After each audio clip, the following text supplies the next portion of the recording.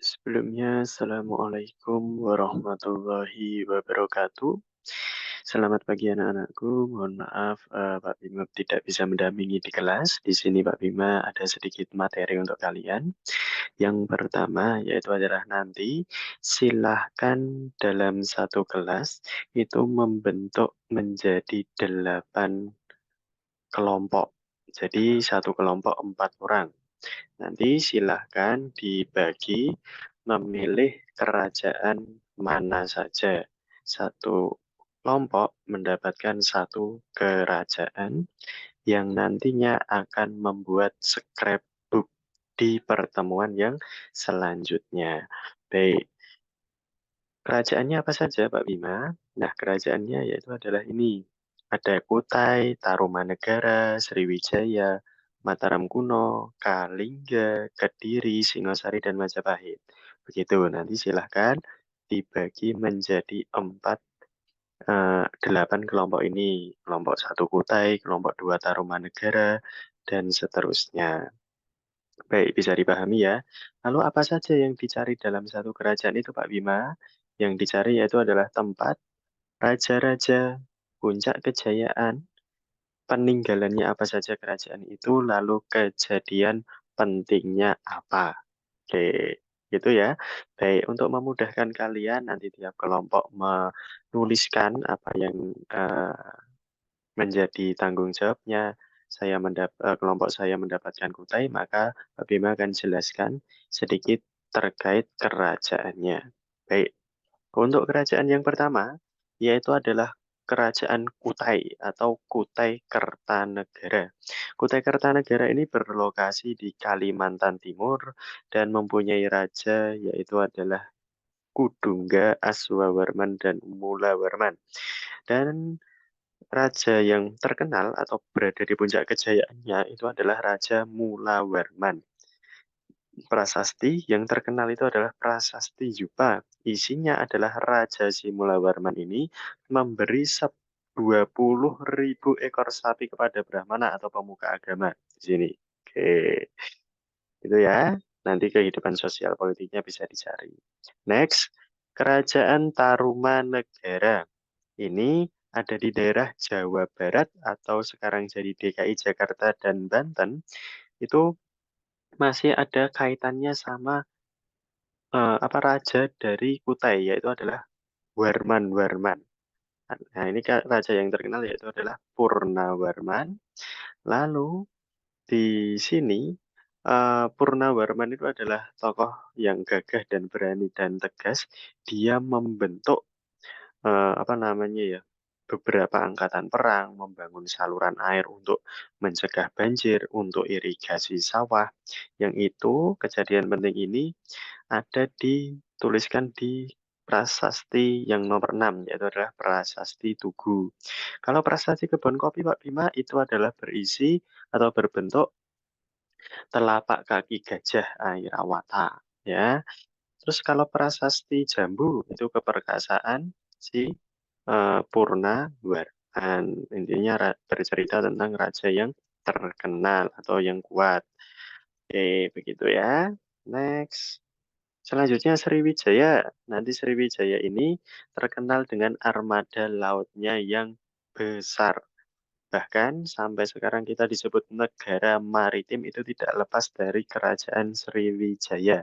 Ini terletak di Palembang atau Sumatera Selatan dan ini mencapai puncak kejayaannya itu adalah di Raja Bala Putra Dewa. Seperti itu.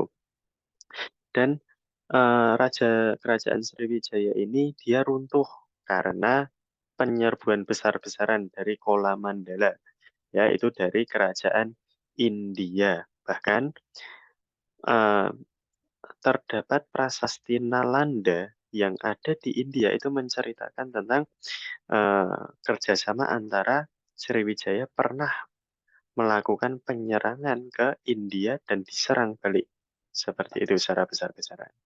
Oke, itu baik. Next, selanjutnya prasasti Mataram kuno ini tentu ada di kemah yang akan kalian lakukan di Prambanan. ya, Prambanan.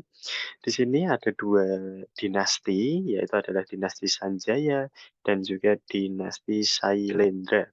Ini ada di Jawa Tengah dan sebagian Jawa Timur untuk wilayahnya. Lalu di sini ada kekhasan atau kejadian pentingnya yaitu adalah pernikahan antara dinasti Sanjaya dan dinasti Shailendra. Ya. Terus gimana Pak Bima? Bisa dicari ya, yaitu adalah Raja Sanjaya, terus juga kepada Dewi Rakai Panangkaran. Nah, seperti itu. Dan puncak kejayaannya ada di Raja Diah Balitung. Ya, Diah Balitung. Oke, next. Selanjutnya, ini Kerajaan Kalingga. Jadi di Jawa Tengah, selain ada Kerajaan Mataram kuno, itu juga ada Kerajaan Kalingga. Ini berada di sekarang jadi Jepara, Kudus, Semarang, seperti itu, ada di situ. Lalu kejadian pentingnya apa saja Pak Bima? Kejadian pentingnya itu adalah sosok perempuan yang menjadi raja dan rajanya itu apa ya namanya? Yang terkenal adalah sistem pemerintahan yang tegas dan adil. Bahkan ada cerita Ratu Sima ini untuk ngetes warganya dikasih emas di tanah di jalan. Kalau ada yang berani mengambilnya maka akan dipotong. Nah, alhasil, ternyata yang mengambilnya itu adalah anaknya sendiri. Akhirnya anaknya dihukum, dipotong beneran. Yang dipotong adalah bagian kakinya, ya, kakinya.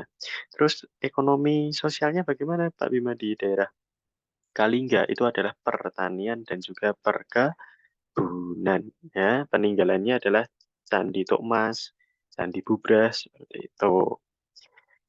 Selanjutnya kita masuk ke Kerajaan Kediri. Ya, Kediri ini awal muasalnya itu adalah dari Kerajaan Medang, namanya Medang Kamulan. Lalu runtuh dan menjadi dua, jadi Jenggala dan Panjalu. Lalu banyak pertentangan, ya, banyak pertentangan, kekacauan antara Jenggala dan Panjalu. Terus akhirnya di bawah kekuasaan itu dapat dipersatukan kembali oleh rajanya Jayabaya. Raja Jayabaya ini juga termasuk ahli nujum atau dia ahli dalam meramalkan masa depan. Oke. Terus kejadian pentingnya itu apa Pak Bima? Itu ada raja di akhir kerajaan Kediri itu pada masa Kertajaya itu karena dia memiliki sifat sombong sehingga banyak raja bertentangan dengan kaum Brahmana atau pemuka agama seperti itu. Dan peninggalannya banyak sekali ya kalau di kerajaan Kediri ada Baratayuda, Kresnayana, ada Lubdaka, Semaradana, terus yang paling terkenal itu ada Prasasti Hentang. Ya, Hentang. Oke, next Kerajaan Singosari. Bagi yang dapat Kerajaan Singosari nih, ada kisah percintaannya antara Ken Narok dan juga Ken Dedes. Oke, itu kejadian pentingnya juga ya. Selanjutnya, itu letaknya di mana Pak Bima? Ini letaknya ada di Jawa Timur. Dan ada beberapa daerah di seluruh Indonesia yang menjadi bagian daripada Singosari. Oke. Terus ekonominya apa kalau di sana Pak Bima? Ya, adalah pertanian, ada perdagangan, karena di sana itu dialiri oleh sungai yang besar, yaitu adalah Sungai Brantas. Terus peninggalannya itu ada rata-rata berbentuk kitab, kitab Pararaton, kitab Negara Kerta, Gama, seperti itu. Baik, selanjutnya, nah ini adalah kerajaan terakhir, Kerajaan Majapahit. Di Kerajaan Majapahit ini adalah yang tokoh yang terkenal yaitu adalah Gajah Mada, itu bukan raja ya, itu patihnya. Lalu rajanya siapa Pak Bima? Rajanya yang terkenal adalah Hayam Wuruk. Hayam Wuruk itu di akhir periodenya dia mampu menyatukan Indonesia yang sekarang Indonesia dulunya itu disebut Nusantara, bahkan semenanjung Malaya yang sekarang menjadi Malaysia, Myanmar, Brunei, Filipina itu takluk di bawah kekuasaan Majapahit. Lalu asal muasalnya bagaimana? Berasal dari Raden Wijaya dari kerajaan Singosari itu melarikan diri, ya, melarikan diri dari serangan yang dipimpin oleh Jayakatwang, seperti itu. Terus kerjasama dan pasukan Mongol ingin menghancurkan Singosari, terus terbentuk kerajaan Majapahit. Itu dan keruntuhannya itu karena ada perang saudara atau perang Pargreg namanya. Lalu saat terjadi pelemahan itu, kerajaan Majapahit juga diserang oleh kerajaan Demak yang dipimpin oleh Adipati Unus. Mohon maaf, ini bukan Adipati Unus, ini adalah Raden Patah ya, Raden Patah. Harusnya Raden Patah. Oke, sip. Begitu saja anak-anakku. Dan silahkan dikerjakan dengan baik, jangan keluar apabila keluar izin ketua kelas. Kita dapat mengambil kesimpulan bahwa setiap jabatan di akhir baik batas umur maupun batas waktu. Ada batas umur dan ada batas waktunya. Oke, kunci keberhasilan raja dan patih itu adalah karena mereka mampu tegas, disiplin, dan cakap serta mampu kolaborasi dengan kerajaan lain. Harapannya Pak Bima, kalian mempunyai sifat atau perilaku ini. Oke, baik, itu saja anak-anakku yang bisa Bapak sampaikan. Silahkan bisa dikerjakan. Itu saja dari Pak Bima. Sekian dari Pak Bima. Assalamualaikum warahmatullahi wabarakatuh.